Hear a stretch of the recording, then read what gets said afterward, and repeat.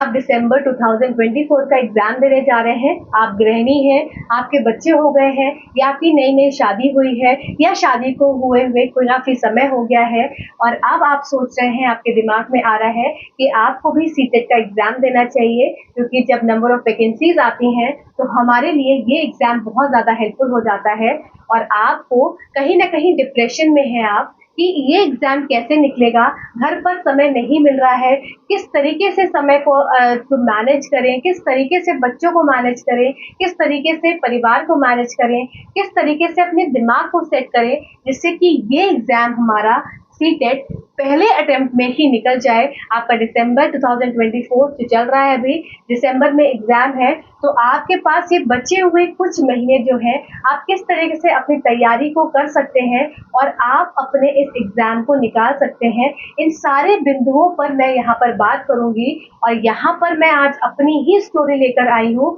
किस तरीके से आपकी सेम सिचुएशन पर रहकर ही मैंने इस एग्जाम को क्लियर किया। पहले अटेम्प्ट में आप साइड में देख भी सकते हैं कि मेरा ये एग्जाम क्लियर्ड है और फर्स्ट अटेम्प्ट मैंने इसको क्लियर किया है। तो ये सारी स्टोरी, ये सारी स्ट्रैटेजी मैं आपके साथ शेयर करूंगी। मेरा नाम पूजा मालविया है, मैं आप सभी का स्वागत ऑनलाइन पढ़ाई पर करती हूँ और यूट्यूब पे आपके लिए साइंस की क्लासेस कंडक्ट कराती हूँ। ये साइंस की क्लासेस आपके लिए फ्री ऑफ कॉस्ट है। आप किसी भी गवर्नमेंट एग्जाम की तैयारी कर रहे हैं जहाँ पर एनसीईआरटी साइंस का कंटेंट पूछा जाता है, तो ये सारे वीडियोस आपके लिए बहुत ज्यादा हेल्पफुल हो जाते हैं। प्लस मैं लेक्चर बेसिस पे डिफरेंट कोचिंग क्लासेस में जाकर बच्चों को पढ़ाती हूँ, तो ये मेरा प्रोफेशन है। साथ ही साथ आज जो स्टोरी मैं आपके साथ शेयर करूंगी वो कहीं ना कहीं आपको भी मोटिवेट करेगी और आपको भी खुद कुछ करने के लिए और खुद अपने पैरों पर खड़ा करने के लिए बहुत ज्यादा अंदर से एक ऊर्जा भर देगी। तो चलिए सीधा सेशन को स्टार्ट कर देते हैं। तो सबसे पहली बड़ी बात मैं बताऊं कि यहाँ पर जो मैं अपने बारे में बता रही हूँ, तो मैं खुद ही एक हाउसवाइफ हूँ और हाउसवाइफ होने के साथ साथ मैं अपने प्रोफेशन को भी साथ साथ मैनेज कर रही हूँ। तो हाउसवाइफ हूँ, तो जब मेरी शादी हुई थी और शादी और मेरी पढ़ाई में जो टाइम था और प्लस जब शादी होने के बाद जब मेरे ससुराल में रहने का समय था, उन सब में बहुत ज्यादा गैप हो चुका था। अब क्या था, मेरे दिमाग में था कि मुझे भी सीटेट का एग्जाम देना है, क्योंकि मुझे भी अगर मैं प्राइवेट सेक्शन में भी जाती हूँ तो आजकल सीटेट बहुत मान्य रख दिया गया है। आपकी सैलरी में हाइक मिलता है आपको अगर आप सीटेट क्लियर है। अगर आप सीटेट क्लियर नहीं है तो आपको ऐसे नॉर्मल 10-12 हजार रुपए दे दिए जाएंगे। अदरवाइज अगर आप सीटेट क्लियर है तो आपको एक हाई स्टैंडर्ड की जॉब मिलने में आपको आसानी रहेगी। आप इंटरनेशनल स्कूल्स में भी जा सकते हैं, आप कॉलेजेस में भी जाकर पढ़ा सकते हैं। तो बात थी मेरी कि मुझे करना था अपने आप को, क्या अपने आप को साबित करना था कि मैं भी हूँ कुछ। मैं अगर मुंबई में शादी होकर आई हूँ तो ऐसा नहीं है कि मुंबई की लड़कियां अलग है और मैं जहाँ से आई हूँ वो अलग है। तो मुझे भी अपने आप को जब साबित करना था तो मेरे सामने सबसे बड़ा टारगेट क्या था, इस एग्जाम को निकालना। क्योंकि ये एग्जाम जब मैंने एक दो जगह जाकर इंटरव्यूज दिए तब मुझे ये समझ में आया कि ये एग्जाम जो हम इतना लाइटली वो अप्रोच में लेते हैं, ये बहुत ज्यादा हमारा एक टैगलाइन बना देता है। तो आप किसी भी प्राइवेट सेक्शन में भी जाएंगे, आप गवर्नमेंट में भी देखते हैं कि आपके लिए सीटेट मान्य किया जाता है। तो यहाँ पर मुझे क्या था, मुझे सीटेट को निकालना था। अब सीटेट निकालना था, मेरी पढ़ाई में हो गया था बहुत गैप, जैसे कि आप यहाँ देख भी सकते हैं कि 7 साल के गैप के बाद मेरी पढ़ाई में काफी गैप हो चुका था। मैं साइंस बैकग्राउंड से हूँ, मैं साइंस पढ़ाती हूँ, मुझे साइंस में दिक्कत नहीं थी। मुझे दिक्कत कहाँ थी, मुझे मैथ्स नहीं आती थी, मुझे इंग्लिश नहीं आती थी। इंग्लिश बोलना अलग होता है, पर इंग्लिश के ग्रामर जो ग्रामर होती है, ग्रामेटिकल सेक्शन होता है, दैट इज टोटली डिफरेंट। तो ग्रामर मुझे नहीं आती थी, हिंदी मुझे नहीं आती थी, हिंदी बोलना अलग होता है, अपठित गद्यांश अलग होते हैं, हिंदी की ग्रामर अलग होती है। प्लस सीटेट में क्या था मेन, सीटेट में आपकी हर एक लेवल पर पेडागोजी आती है। प्लस मैंने जो भी अपने बीएड में साइकोलॉजी पढ़ी थी, उस साइकोलॉजी से डिफरेंट है थोड़ी साइकोलॉजी आपकी सीडीपी, जो कि चाइल्ड डेवलपमेंट है। बीटीसी वाले सीडीपी प्रॉपर पढ़ते हैं, बीएड वाले इतना ज्यादा नहीं पढ़ते जितना ज्यादा की बीटीसी वालों में थोड़ा डिफरेंस है। अगर आप बीटीसी के सब्जेक्ट को देखेंगे और बीएड के सब्जेक्ट की साइकोलॉजी को देखेंगे तो थोड़ा सा डिफरेंस आप पाएंगे। तो सीडीपी भी थोड़ी मेरे लिए नई थी, तो हर एक चीज मेरे लिए नई थी। मैथ्स मुझे बिल्कुल नहीं आती थी उस समय जब मैंने एग्जाम के लिए सोच रही थी, और मेरे पास जैसे कि आपके पास 2 ढाई महीना है, अक्टूबर चल रहा है, नवंबर और दिसंबर में आपका पेपर है, अक्टूबर मिड है। मेरे पास लगभग 2 महीना था और इस 2 महीने में मुझे भी क्या था, एग्जाम निकालना था।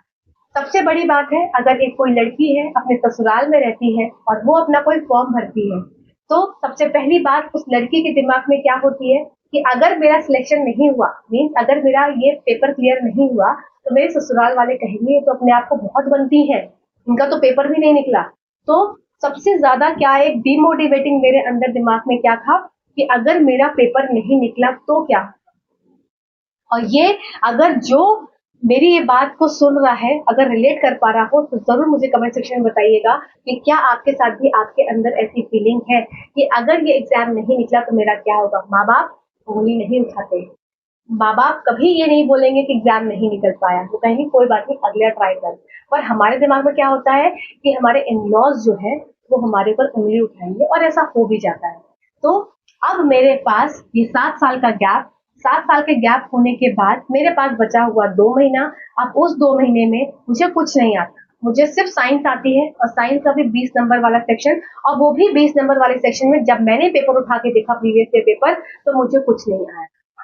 टू बी वेरी फ्रैंक, मुझे कुछ नहीं आया। जब मैंने पहली बार पेपर को सॉल्व किया, आप बिलीव नहीं करोगे मेरे नंबर कितने आए।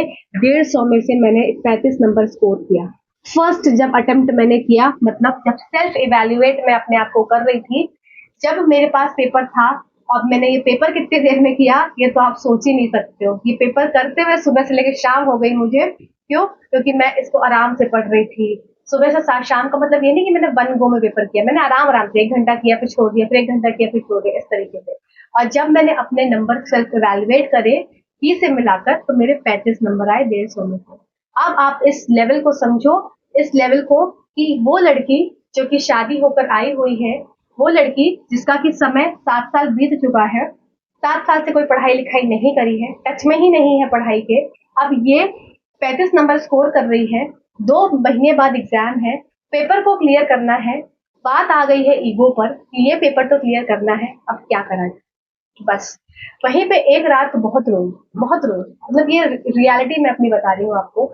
एक रात में बहुत रोई कि मैं कैसे कर पाऊंगी, रोते रोते सो गई।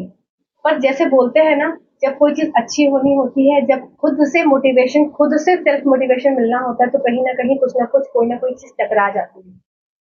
तो ऐसे ही जा रही थी रास्ते में, तो जाते हुए देखा, मैं मतलब मैं बिलीव नहीं करोगे आप सब, मैं कितना ज्यादा परेशान थी कि मुझे एग्जाम निकालना है और मुझे कुछ नहीं आता है। मेरे पास एक भी किताब नहीं, एक भी किताब नहीं, मेरे पास एक सिंगल किताब नहीं, क्योंकि पढ़ना ही नहीं था ना उसके आगे, अपना जॉब वॉब करना था। एक भी किताब नहीं, कुछ नहीं। अब मैं कैसे करूं, क्या करूं? मेरे पास कोई दोस्त नहीं, कुछ नहीं। जिंदगी में दूसरे स्टेट से दूसरे स्टेट में पहुंच गई, कहीं कोई रास्ता नहीं। अब क्या हुआ, रास्ते में ऐसे ही जा रही थी तो देखा एक मोटिवेशन का, आपको एक बात बता रही हूँ कि एक बच्चा अपनी बहन के साथ है, छोटा ही बच्चा है, होगा फर्स्ट सेकंड क्लास वाला बच्चा, और अपनी छोटी सी बहन के साथ वो दुपट्टे से साड़ी उसको लपेट रहा है, और वो बच्ची लपेटवा रही है और साड़ी पहन रही है, और दोनों अपने आप में खुश है। तो उनको देख के ये लगा कि मतलब एक छोटा सा बच्चा इतना ज्यादा अपने आप में ही खुश है। आज मैं अगर एग्जाम देने जा रही हूँ और मैं अपने आप को रो ही रही हूँ कि मुझे कुछ नहीं आता, तो मुझे कुछ नहीं आता और मुझे कुछ आ भी नहीं पाएगा। तो मैंने मतलब एक वो इंसिडेंट सनक मेरे हिट हुआ, टारगेट हिट हुआ कि ये बच्चा इतना खुश है तो मैं क्यों नहीं, मुझे नहीं आता तो आएगा, मैं नहीं कर पा रही तो मैं कर पाऊंगी, ये 35 नंबर को मैं 135 में भी कन्वर्ट करूंगी। तो दिमाग में उसी दिन उसी समय सोचा, सबसे पहला काम क्या करना है, एक रजिस्टर और एक पेन लेकर आना है। मेरे पास कुछ भी, मुझे कुछ पता ही नहीं था कि इसके पीवाईक्यूज देखने होते हैं कि क्या देखना होता है, कुछ भी नहीं पता था। सिर्फ गूगल से मैंने निकाल कर एक पीवाईक्यू सॉल्व किया था, बस कुछ भी नहीं था उस समय। एक पेपर, मतलब एक रजिस्टर लाई, एक पेन लाई। अब उसके बाद दिमाग में सबसे पहले सोचा कि अपने सिलेबस को मैं सबसे पहले क्या करूंगी, देखूंगी कि क्या है सिलेबस, कहाँ से पेपर मुझे पढ़ना है, कहाँ से शुरू करना है। और आपको एक अगर मेरी बात पर भरोसा हो तो मैं बस एक चीज बोलूंगी, किसी का नाम नहीं लूंगी, मैंने एक बैच भी परचेज किया। अब उस बैच का मैं नाम नहीं लेने वाली हूँ क्योंकि किसी का मुझे नाम खराब नहीं करना। मैंने वो बैच जब परचेज किया तब मैं समझ गई कि कुछ नहीं है बैच में, कुछ नहीं है बैच में, मुझे जो करना है अपने आप करना है। कि बैच का मैंने देखे के बाद थोड़ा बहुत मैंने देखा, टू बी वेरी फ्रैंक मैंने देखा, उसके बाद भी जब मैं पेपर सॉल्व कर रही हूँ तो मेरा नंबर ही नहीं बढ़ रहा है। तब मुझे समझ में आया कि नहीं, मुझे अपनी खुद की स्ट्रैटेजी बनानी पड़ेगी, मुझे खुद से समझना पड़ेगा कि मुझे क्या चीज कहाँ से पढ़नी है, और उसके लिए बेस्ट मेरे पास एग्जाम बेस्ट एक तरीका था करने का, प्रीवियस ईयर क्वेश्चन। सबसे पहला स्टेप जो मैंने अपने तैयारी में लिया, सबसे पहला स्टेप लिया पीवाईक्यूज का, क्योंकि मुझे पीवाईक्यूज को एनालाइज करना था सेल्फ, मुझे किसी पे डिपेंड नहीं रहना था कि कौन क्या बता रहा है, मुझे सेल्फ इवेल्युएट करना था। मैंने पीवाईक्यूज के सेट को पूरा गूगल से लिया, मैंने किसी किताब का भी हेल्प नहीं ली, गूगल से मैंने सारे पीवाईक्यूज को निकाला, उसकी जो प्रिंट आउट निकाला, की के साथ प्रिंट आउट निकाला। अब मैंने क्या किया, अब मैंने स्टार्ट किया टॉपिक वाइज को सर्च करना। टाइम बहुत कम था, मैं अपना समय एक हफ्ते से ज्यादा इन पीवाईक्यूज को नहीं दे सकती थी, जिसमें कि मुझे ये समझ में आ जाए कि मुझे कौन सा सब्जेक्ट कहाँ से पढ़ना है। कुछ मैंने यूट्यूब के सोर्स की भी हेल्प ली, बिल्कुल टू बी वेरी फ्रैंक मैंने यूट्यूब सोर्स की भी हेल्प ली, जिसमें कि सीडीपी का मेजर रोल हिमांशी मैम ने अदा किया। हिमांशी मैम के द्वारा ही मैंने सीडीपी अपनी तैयार करी पूरी। अब यहाँ पर बात आती है बाकी अन्य सब्जेक्ट्स की। तो अन्य सब्जेक्ट्स के लिए हिंदी में बहुत ज्यादा ग्रामर नहीं आती, हिंदी में आती है आपकी पेडागोजी। अब पेडागोजी कैसे पढ़ी जाए, तो वही हिमांशी मैम। फिर इंग्लिश की बात आई, इंग्लिश की पेडागोजी कहाँ से पढ़ी जाए, हिमांशी मैम। तो जितने भी पेडागोजी के सेक्शंस थे वो मैंने हिमांशी मैम से पढ़े। प्लस यहाँ पर अब आती है बात साइंस की।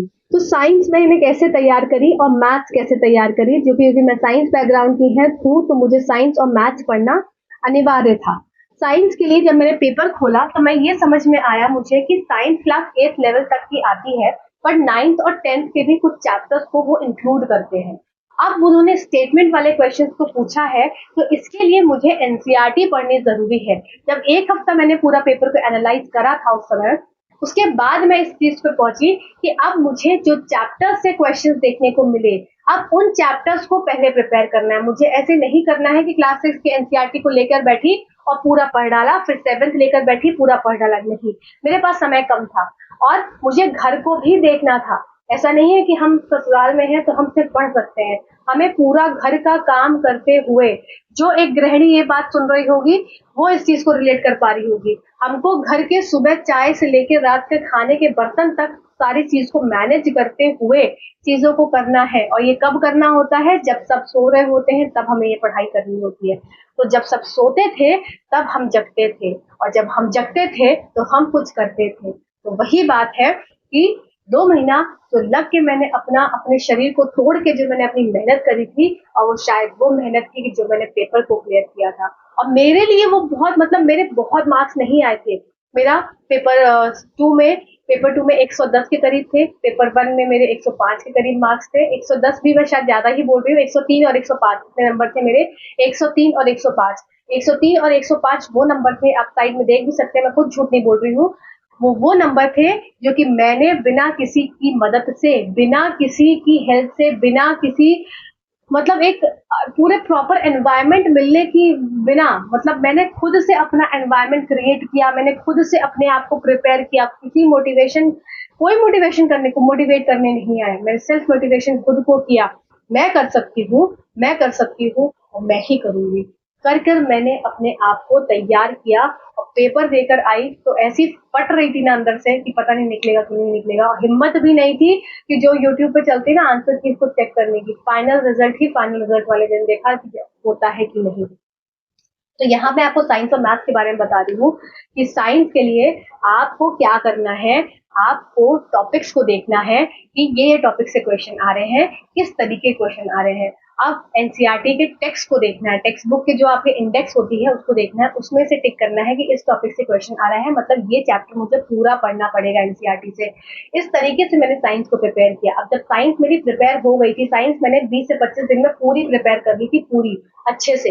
अब 20 से 25 दिन में जब मैंने प्रिपेयर कर ली साइंस, उसके बाद मैंने फिर पीवाईक्यूज को सॉल्व किया था। जब मेरी प्रिपरेशन हो गई थी तब मैंने पीवाईक्यूज को लगाया था, ऐसे नहीं कि ऐसे ही रट लिए पीवाईक्यूज। मैथ्स के लिए मैंने क्या किया, मैथ्स मुझे बिल्कुल नहीं आती थी, बिल्कुल भी नहीं आती थी। मतलब अगर मुझसे कोई बोले ना 2+3 कितना होता है तो मैं 6 बोल देती थी। ये स्थिति थी मेरी। मतलब मैं मल्टीप्लाई की जगह प्लस करती थी। ये मतलब इतनी बुरी ज़्यादा स्थिति थी। मैथ्स के लिए मैंने क्या किया, मैथ्स के लिए मुझे जितने भी चैनल्स हैं, बहुत सारे चैनल्स थे। मतलब एक मेंटोर 36 करके था, और एड्यू टैप करके था। तो ये जितने भी चैनल्स थे, जिनमें भी सर लोग सीटेट के मैथ्स पढ़ाते थे, उन सब के सेशंस को जो भी फ्री ऑफ कॉस्ट थे, मैं ज़रूर अटेंड करती थी। चाहे वो लाइव आए, चाहे वो रिकॉर्डेड सेशन दे। तो उससे क्या था ना, जितने भी तरीके के क्वेश्चंस थे, वो मेरे एक मतलब मुझे पहले समझना भी तो था ना कि मैं क्या क्वेश्चन क्या बोल रहा है, कैसे होगा। उसके बाद जब मैंने वो सब, मैं उनके डेली सेशंस देती थी, मतलब 2 से 3 घंटा मैं मैथ्स को देती ही देती थी। वो मेरा टारगेट था कि दोपहर का जो सोने वाला टाइम है वो मुझे मैथ्स को देना है, रात वाला जो थोड़ा समय है वो मुझे साइंस को देना है। इस तरीके से मैंने अपने साइंस टाइम को स्लॉट्स को डिवाइड किया हुआ था। तो इस तरीके से मैंने मैथ्स को क्या किया, यूट्यूब की बहुत मदद ली। यूट्यूब की मदद लेते थे, मेरे पास कहते टॉपिक्स अब मुझे समझ में आने स्टार्ट हो गए। जब टॉपिक समझ में आने लगे, उसके बाद मैं पीवाईक्यूज लेकर बैठी। अब मैंने एक रजिस्टर बनाया, जिसमें कि मैंने पहले से नंबर सिस्टम वाले का अलग, एक नंबर सिस्टम वाला ऐसे तो हेडिंग डाल दी। उसके बाद 10-15-20 पेज छोड़ दिए। फिर परसेंटेज वाला हेडिंग डाला, उसके बाद 20-15-20 छोड़ दिए पेज। फिर डेसिमल वाला लिखा, फिर 15-20 पेज छोड़ दिए। तो हर एक टॉपिक का अगर मुझे कोई पीवाईक्यू मिलता था, तो मैं उसी में लिखती थी, जिससे कि जब मैं लास्ट में इसको प्रिपेयर रिवाइज करूंगी एक हफ्ते में, तो मेरे पास सारे क्वेश्चन एक तरफ लिखे हुए विद सॉल्यूशन रहेंगे। तो मुझे लास्ट में इधर उधर भटकने की जरूरत नहीं रहेगी। 10 बार मुझे कोई चैनल को नहीं विजिट करना रहेगा, मेरे पास मेरे खुद के सेल्फ हैंड रिटन नोट्स रहेंगे। तो इस तरीके से मैंने यहाँ पर मैथ की भी तैयारी करी और साइंस की भी तैयारी करी मैंने इसी तरह से। तो यहाँ पर क्या था, मेरी चीजें प्रिपेयर होने स्टार्ट हो गई। अब इन्हीं चैनल्स पर मुझे क्या था, पेडागोजी भी मिल रही थी फ्री ऑफ कॉस्ट, जो थोड़ी थोड़ी वो पढ़ाते थे। तो उन्हीं की थोड़ी थोड़ी पेडागोजी के साथ प्लस जो प्रीवियस क्वेश्चंस थे, उनसे मैंने पेडागोजी अपनी तैयार कर ली थी। तो मैं आपको बता रही हूँ ना, मैंने बैच लिया भी था। मेरा बैच आया था उस समय, बहुत महंगे देते थे ये लोग बैच। तो मेरा 3500, मतलब 3500 का बैच था, और वो बर्थलेस था। कुछ नहीं था उसमें काम का, मतलब कुछ नहीं था। उन्होंने जो हिंदी पढ़ाई थी ना, मतलब क्या ही बोलूँ मैं क्या पढ़ाई थी। उन्होंने जो इंग्लिश पढ़ाई थी ना, क्या ही पढ़ाई थी, कुछ समझ में नहीं आया था। तो उन सब से कोई मतलब नहीं है, आपको खुद की तैयारी करनी है और खुद को सोचना है कि मुझे निकालना है। मैं पढ़ाई करूंगी, मैं मेहनत करूंगी और ये पेपर निकल जाएगा। इस पेपर को निकालने के लिए लोग कहते हैं ना सिर्फ पीवाईक्यूज कर लो, नहीं, सिर्फ पीवाईक्यू से काम नहीं चलेगा। पीवाईक्यू के साथ साथ आपको कंटेंट को भी अच्छे से तैयार करना पड़ेगा। तो आप, आई होप, जितने भी हाउसवाइफ्स हैं, जितने भी बच्चों वाले हैं, इस वीडियो को देखकर मोटिवेटेड हुए होंगे। कई लोग मेरे पास टेलीग्राम चैनल पर आते हैं, बोलते हैं मैम नहीं निकला पेपर, बहुत डिमोटिवेट हो चुके हैं। तो मत हो डिमोटिवेट, खुद से कुछ करना है, अपना नाम कमाना है तो मेहनत करनी है, और मेहनत करने वालों से कभी हार नहीं होती। Till then, thank you so much for video. कुछ आपको हेल्प चाहिए तो जरूर मुझे बताइएगा।